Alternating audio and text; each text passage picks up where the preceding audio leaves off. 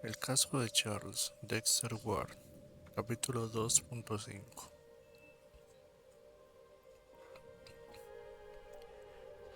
El miedo que Curwen, por estar sobre aviso, intentase algo inesperado, como parecía indicar el extraño rayo de luz, precipitó el plan tan cuidadosamente tramado por aquel grupo de ciudadanos respetables.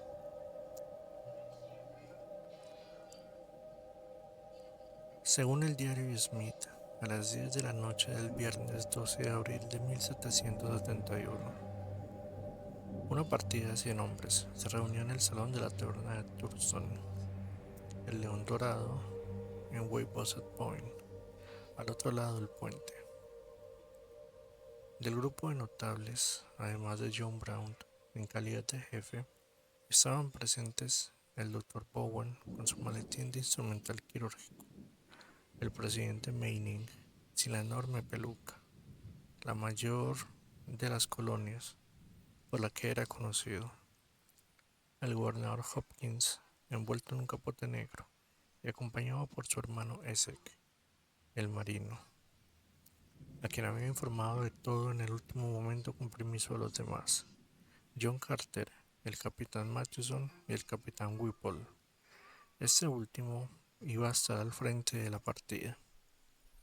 Los jefes se pusieron de acuerdo en un apartado antes de que el capitán Whipple se presentara en el salón e impartiera sus últimas instrucciones.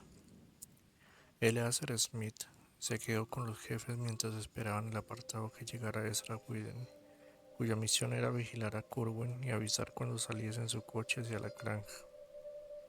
A eso de las 10:30 se oyó un enorme estrépito en el puente grande, seguido del ruido de un coche, y a nadie le hizo falta esperar a Whedon para saber que el sentenciado se había puesto en camino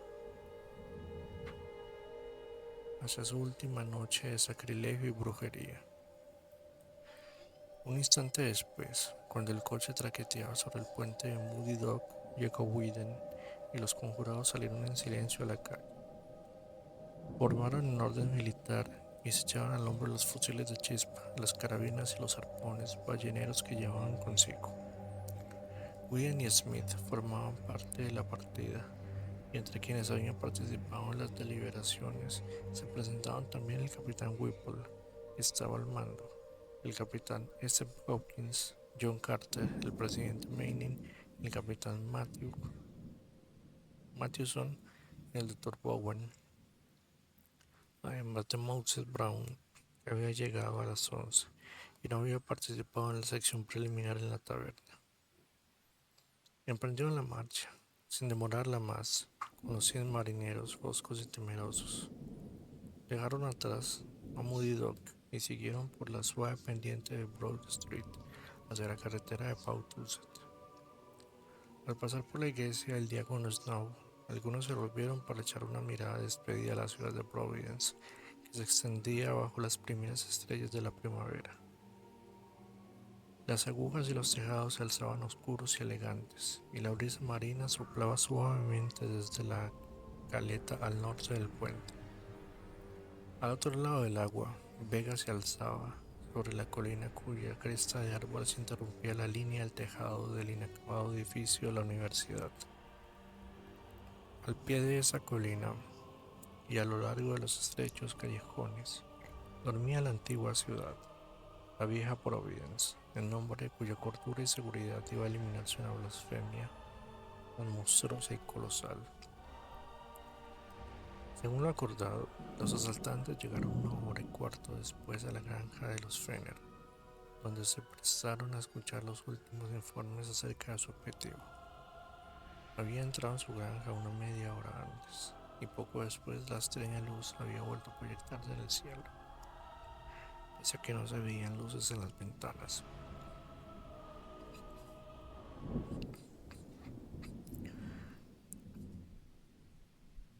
Así, Así había ocurrido en los últimos tiempos. Justo mientras les contaba ese hecho, otro gran resplandor se asó en dirección sur para que los hombres de la partida entendieran que se hallaban ante un escenario de temibles y sobrenaturales prodigios. El capitán Whipple dividió sus fuerzas en tres grupos. El primero, formado por 20 hombres al mando de Eleazar Smith, se dirigía a la playa y custodiaría el embarcadero ante la posible llegada de refuerzos hasta que enviasen un mensajero a buscarle.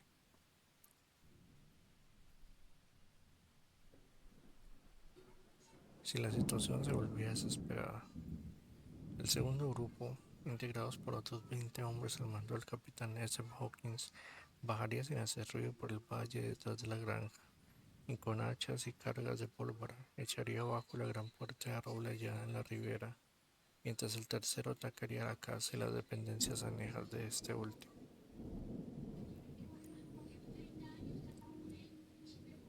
De este último grupo de hombres, un tercio entraría en el misterioso edificio de piedra de ventanas altas y estrechas. Otro seguiría al capitán Whipple hasta la propia granja, y el último se desplegaría rodeado de todos los edificios hasta que les llamaran con una señal de emergencia. El grupo del río echaría la puerta abajo al oír un único toque de silbato y quedaría esperando para capturar cualquier cosa que pudiera salir del interior. Si oían dos toques de silbato, su obligación sería avanzar hacia adentro y enfrentarse al enemigo o unirse al resto de los atacantes. El grupo encargado de atacar el edificio de piedra respondería del mismo modo a ambas señales, usando la entrada al oír la primera o internándose en cualquier pasaje subterráneo que encontrase. En caso de oír la segunda, para participar en los combates o escaramuzas que pudieran librarse en las cavernas. Una tercera señal de emergencia de tres toques de silbato serviría para llamar a la reserva, que se dividiría igualmente en dos grupos y se entraría en las profundidades desconocidas tanto desde la granja como desde el edificio de piedra. La fe del capitán Whipple en la existencia de las catacumbas era absoluta y no barajó ninguna otra posibilidad al trazar sus planes. Llevaba consigo un sonoro silbato para estar seguro de que no pudieran malinterpretarse sus señales. El grupo de reserva que esperaba en el embarcadero estaba, por supuesto, demasiado lejos para oírlas, lo que sería necesario enviar un mensajero para pedir ayuda. Moses Brown y John Carter fueron con el capitán Hawkins a la orilla del río, mientras el presidente Manning partió con el capitán Matthews hacia el edificio de piedra. El Dr. Bowen se unió a Ezra Whedon y a la partida del capitán Whipple, encargada de asaltar la propia granja. El ataque tendría lugar en cuanto llegase el mensajero enviado por el capitán Hawkins para advertirle al capitán Whipple de que había llegado al río. El jefe daría entonces un único toque de silbato y los distintos grupos iniciarían el ataque al mismo tiempo, por tres flancos. Poco antes de la 1 de la madrugada, las tres partidas salieron de la granja de los Fenner, una para montar la guardia en el embarcadero, encaminarse hacia el río y la puerta en la ribera, y la tercera para dividirse y encargarse de los diversos edificios de la granja. Eleazar Smith anotó en su diario que la marcha hacia el embarcadero, grupo al que se unió, se hizo sin incidentes, y que siguió una tensa espera junto a las rocas de la bahía, interrumpida solo por lo que les pareció el sonido lejano del pitido de la señal, y luego por una mezcla de gritos y rugidos sordos, y por una explosión que parecía proceder del mismo sitio. Después uno de los hombres creyó oír disparos a lo lejos, y más tarde el propio Smith oyó el fragor de unas palabras titánicas y atronadoras en el aire. Justo antes del amanecer, llegó un mensajero muy malherido, con la mirada desencajada y un extraño olor en la ropa, y transmitió la orden al destacamento de que se dispersaran.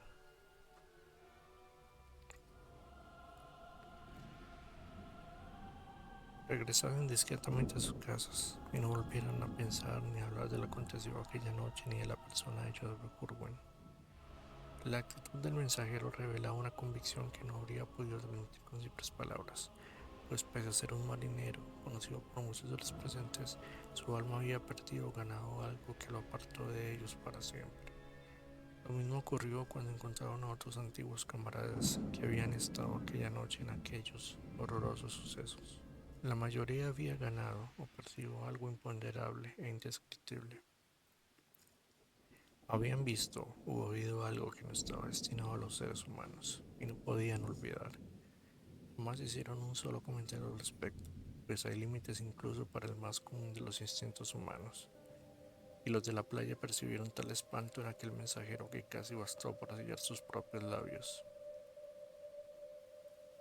Apenas circuló un rumor, y el diario de Eleazar Smith es el único relato escrito que sobrevivió a aquella expedición que partió de la taberna del León Dorado a la luz de las estrellas. En cualquier caso, Charles Ward descubrió alguna otra información tangencial en unas cartas de los Fenner que encontró en New London, donde sabía que había vivido otra rama de la familia.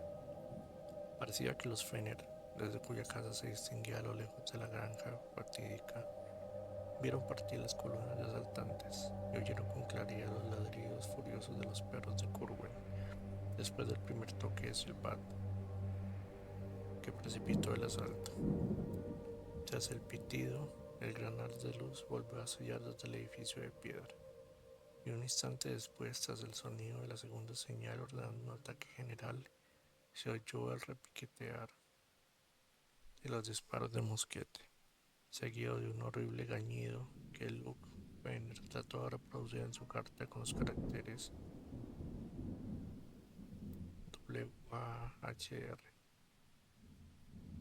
Este grito, sin embargo, poseía una cualidad imposible de reproducir.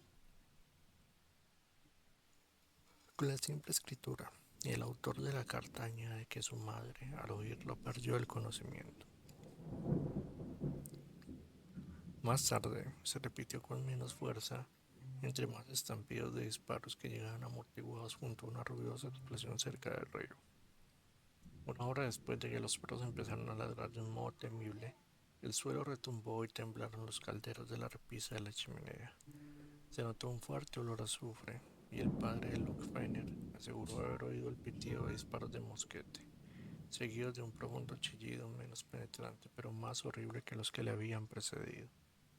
Una especie de tos o gargajeo natural, desagradable y ondulante, cuya cualidad de grito debía prestársele más su duración e impresión psicológica que su verdadera potencia sonora.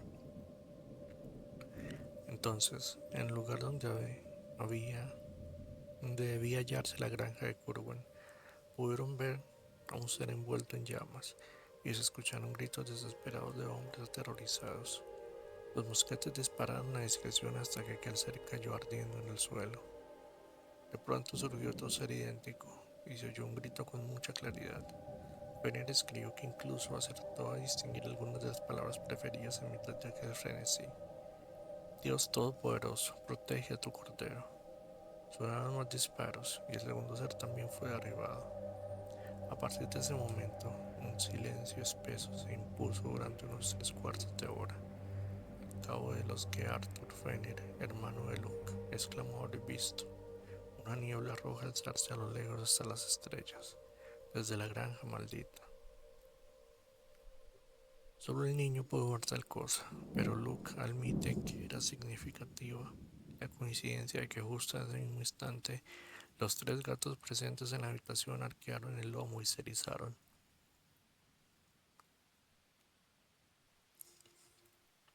5 minutos después, se levantó un aire que se impregnó de un hedor insoportable que solo el fresco aroma del mar impidió que lo notaran los de la orilla, o quienes estuviesen despiertos en el pueblo de Pautuset. Aquella pestilencia no se parecía a nada que hubiese olido los venerantes y los inspiró una especie de temor indefinido y persistente, peor, aunque, aunque el de la tumba o el pudridero. Casi al instante se oyó una voz terrible que ninguno de aquellos desventurados olvidará jamás. Resonó en el cielo como una maldición y los cristales de la ventana temblaron a medida que se alejaba. Era profunda y musical, poderosa como el órgano de una iglesia y malvada como los libros prohibidos de los árabes. Nadie entendió lo que decía, pues habló en una lengua desconocida, pero he aquí cómo reprodujo Luke Fenner esas entonaciones demoníacas.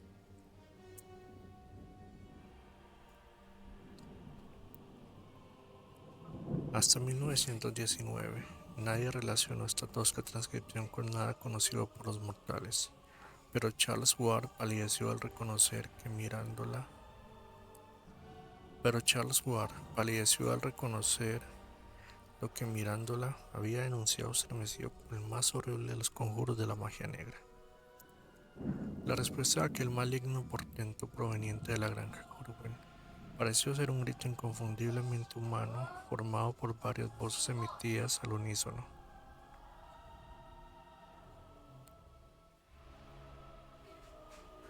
La respuesta a aquel maligno portento La respuesta a aquel maligno portento proveniente de la granja Corwin pareció ser un grito inconfundiblemente humano formado por varias voces emitidas al unísono, tras lo cual el hedor desconocido se volvió más extenso, al mezclarse con otro igual de insoportable. Se oyó entonces un lamento claramente distinto de los gritos, que se prolongó ululando en una serie de paroxismos descendentes y ascendentes. A veces,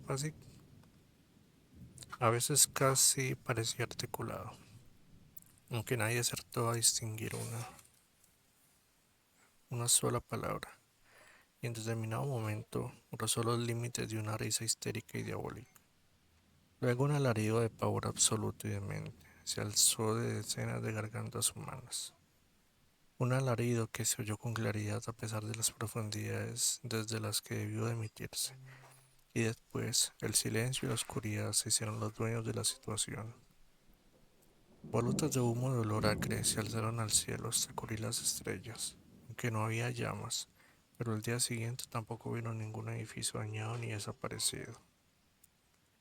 Cuando rayaba el amanecer, dos asustados mensajeros con la ropa impregnada de olores monstruosos e irreconocibles llamaron a la puerta de los Fenner y les pidieron un barril de ron, que pagaron generosamente. Uno de ellos informó a la familia de que el asunto de Joseph Curwen había concluido y que no debía referir jamás nada de lo sucedido aquella noche.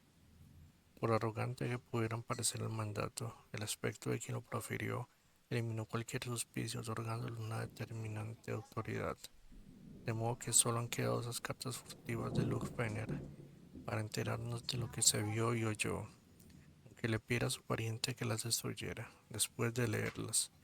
Solo la desobediencia de dicho pariente ha impedido que el asunto del asalto cayera en el olvido. Pero Charles Ward tenía un detalle que añadir. El resultado de su larga investigación de las tradiciones ancestrales de los habitantes de Pawtucket. El viejo Charles Slocum, residente en dicho pueblo, afirmó que su pueblo había oído decir que, una semana después de que se anunciara la muerte de Joseph Curwen, corrió un extraño rumor sobre un cadáver carbonizado y deforme que había aparecido en los campos.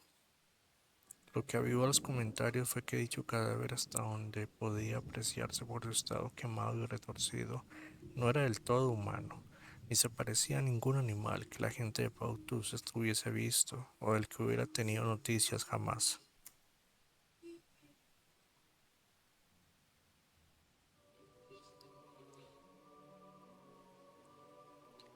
6. Ni uno solo de los participantes en aquel terrible asalto pudo ser inducido a que dijeran una palabra al respecto. Los pocos datos vagos y sueltos que nos han llegado proceden de gente que no tomó parte directa en él.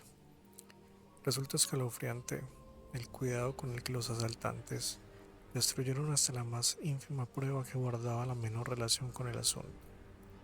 8 marineros perdieron la vida, pero aunque sus cuerpos nunca se recuperaron, sus familias se conformaron con saber que habían fallecido en una escaramuza con los oficiales de aduanas. La misma explicación sirvió para dar razón a los numerosos heridos, todos los cuales fueron atendidos y curados por el doctor James Bowen, que había acompañado la partida. Más difícil de explicar fue el hedor que despedían los asaltantes, y que fue motivo de rumores durante semanas. De los jefes, el capitán Whipple y Mouse Brown fueron quienes sufrieron las heridas más graves, y si hay cartas de sus mujeres que atestiguan la perplejidad que les produjo su reticencia y la actitud defensiva cuando fueron preguntados por sus heridas. Desde el punto de vista psicológico, todos los participantes parecían envejecidos, serios y afectados. Afortunadamente, todos eran hombres de acción, fuertes y de convicciones religiosas sencillas y ortodoxas, pues una mayor sutileza o capacidad de introspección o una mayor complejidad intelectual sin duda les habría hecho enfermar. El presidente Manning fue el más afectado, pero incluso él apartó las sombras más oscuras y ahogó los recuerdos con sus oraciones. Todos y cada uno de los jefes desempeñaron un importante papel en los años siguientes, y tal vez fuese una suerte. Apenas 12 meses después, el capitán Whipple estuvo a la cabeza de la multitud que incendió el guardacostas Gaspy, y aquel acto arriesgado fue un paso más para borrar de su memoria ciertas imágenes morbosas. A la viuda de Joseph Corwin le entregaron un extraño ataúd de plomo sellado, que obviamente habían preparado previamente, y en el que le aseguraron que yacía el cadáver de su marido. Le dijeron que había muerto en un enfrentamiento con los guardias costeros, del que no era prudente proporcionar más detalles.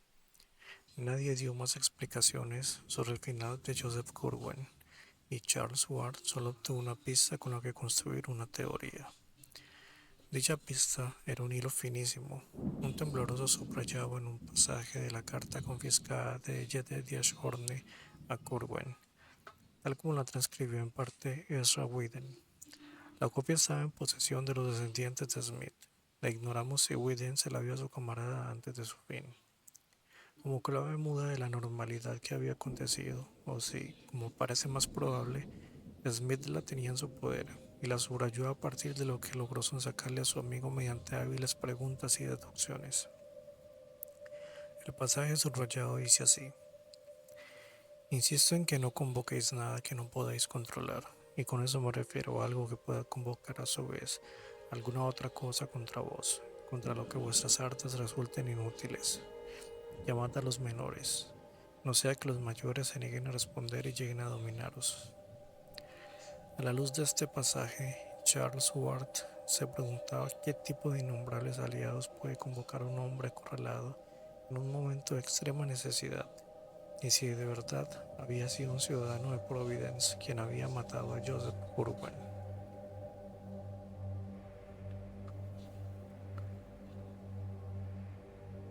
Quienes capitanearon el asalto contribuyeron en gran parte a borrar deliberadamente cualquier alusión al muerto de los anales y la vida de Providence.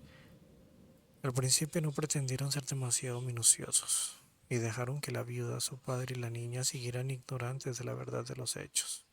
Pero el capitán Tillinghast era un hombre astuto y no tardó en averiguar algunos rumores que le llenaron de espanto y le decidieron exigir que su hija y su nieta cambiasen de nombre, quemasen la biblioteca y cualquier documento que pudieran haber conservado y borraran la inscripción de la lápida que había sobre la tumba de Joseph Corwin.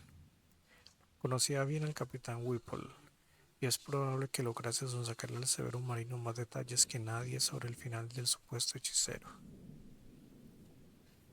A partir de entonces, la eliminación de cualquier recuerdo que pudiera quedar de Corwin se volvió cada vez más inflexible y acabó extendiéndose de común acuerdo a los registros de la ciudad y a los archivos de la Gazette.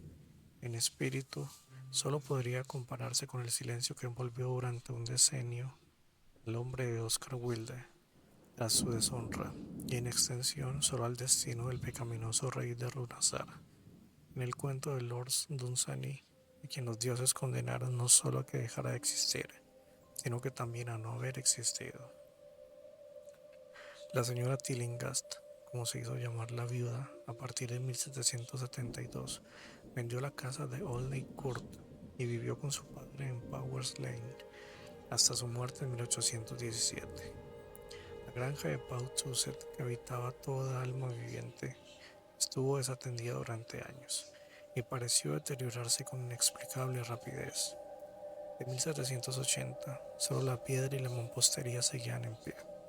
En 1800 no era más que un montón de escombros.